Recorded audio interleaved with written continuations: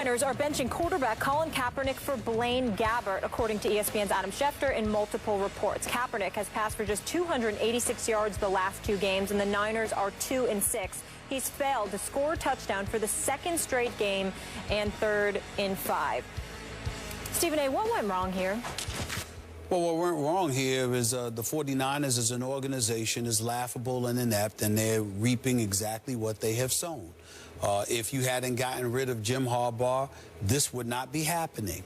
The fact is that even though, and I'll get to Colin Kaepernick in a second, regardless of how inept he appears, and he does appear inept at times, if you're Jed York, if you're Trent Baalke, if you're the San Francisco 49ers nation, that fan base, that city, look right at the CEO and right at the GM, because they put their personal interest in terms of a need to get along with the head coach ahead of winning, prioritizing winning. Even last year, as dysfunctional as everything appeared, you still ended up finished like 8-8. Jim Harbaugh had you respectable, okay? The 3 previous years, you were in an NFC championship game or the Super Bowl.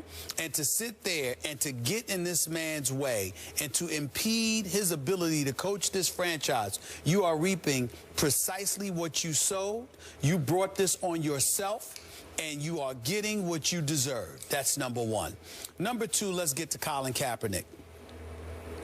He has regressed. There is no question about it.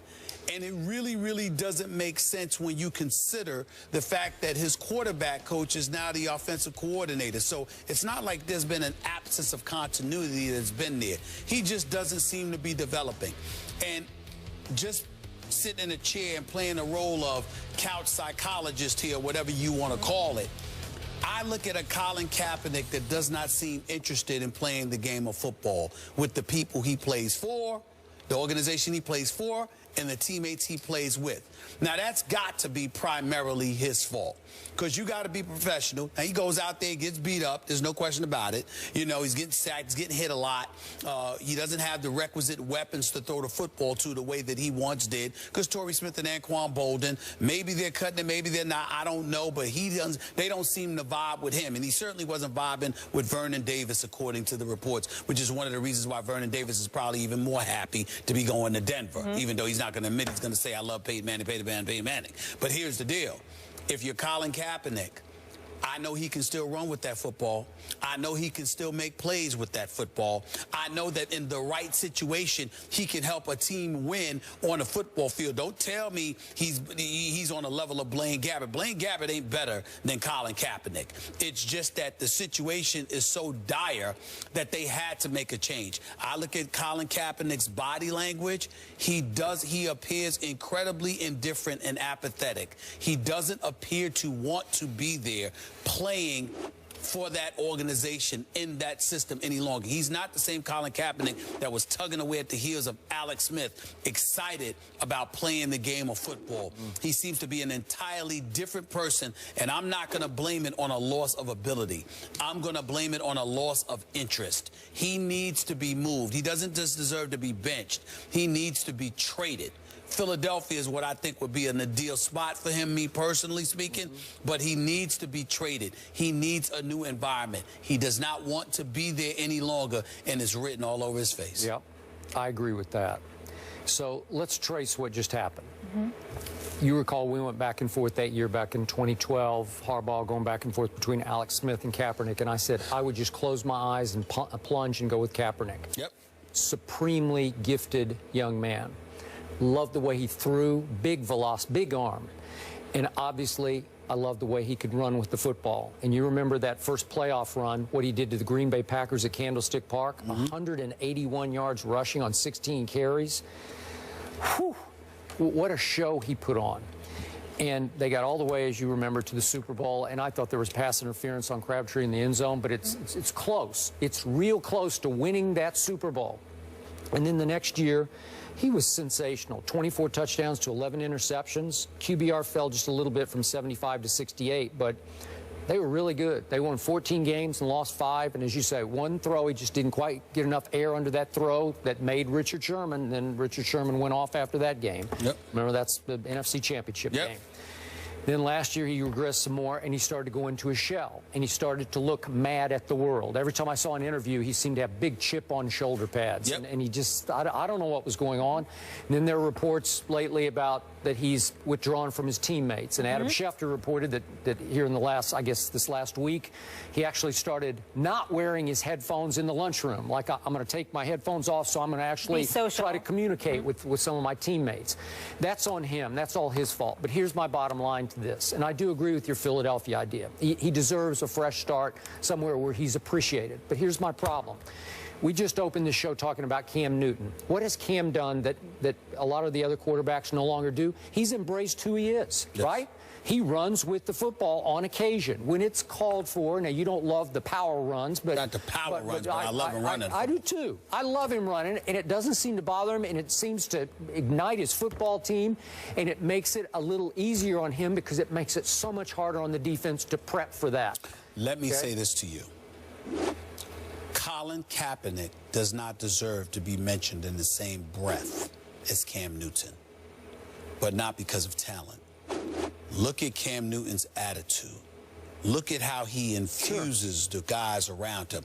Now, this is a guy that used to wear the towel over his head and sulk and all of that other stuff. He had his he does not do that. No, he doesn't. Cam Newton is a leader. He is. Cam Newton inspires guys around him.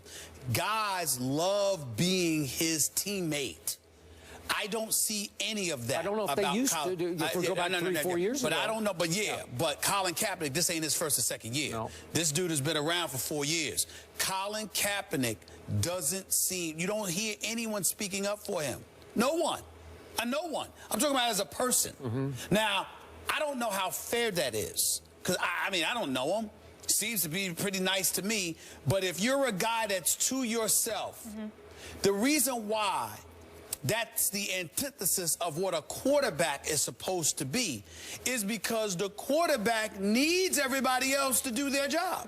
No matter how great the quarterback is, Tom Brady will look like Blaine Gabbert if everybody's dropping passes, running the wrong routes, not studying film, not understanding things, you know, not understanding the system.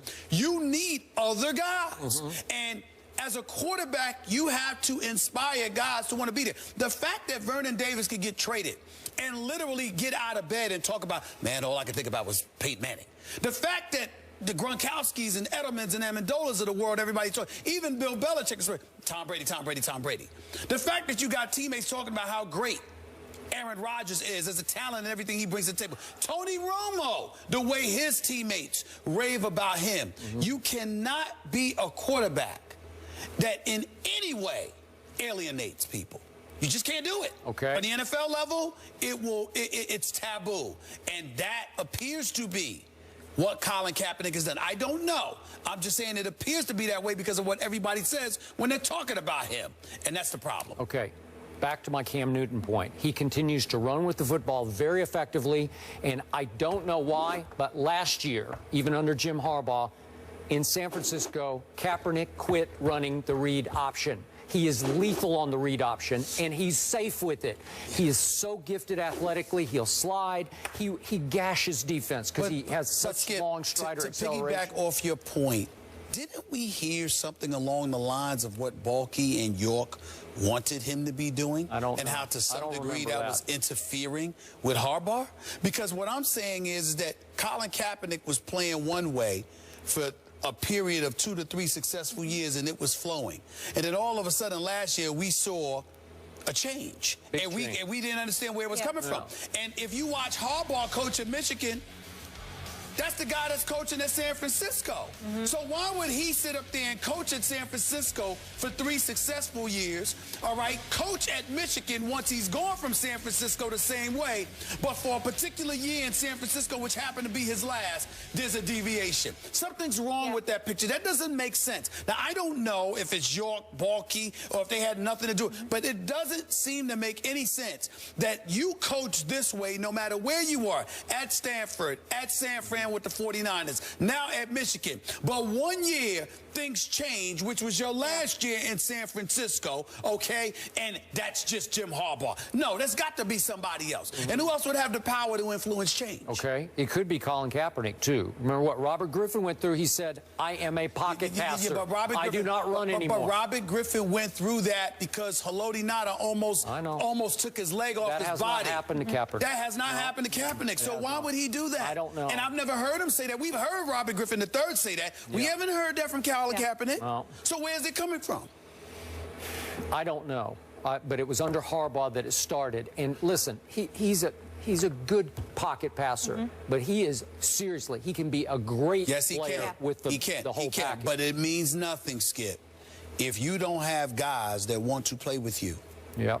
And that's what I don't know. We don't know. But we got to literally ask those kind of questions with what we're seeing transpire. Because there's no reason on earth why Blaine Gabbert should be playing before Colin Kaepernick. I mean, that's just a joke. The fact that that's happening. QBR to your come on, I said before that draft, Blaine Gabbert can't play in this league. The fact that that happened. Something's going on. Something's going on. 100%. Something's going on. Not to mention, I have it listed here, but the 12 notable players they lost since the end of last season. They lost a ton of their pieces as well, in addition to retirement, injuries, etc. I hope he gets traded.